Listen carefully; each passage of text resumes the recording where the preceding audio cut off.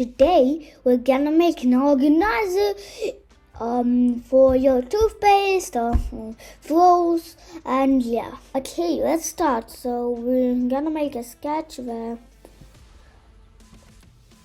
And this is the sketch of the organizer, what we're gonna make just in a second.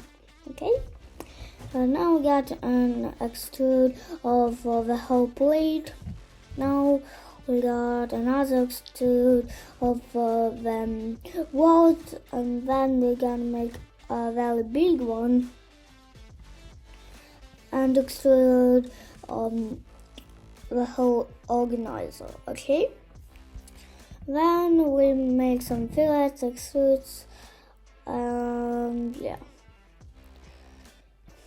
We got this awesome form now, like it was before, and now it looks super great.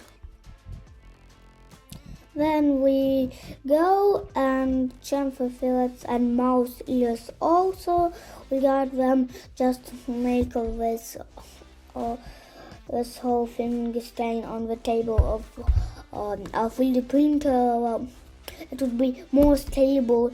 Like I got this 3D printed already, and the mouse ears we just take them off and to the garbage, and look, so nothing happened, nothing. Just look at this.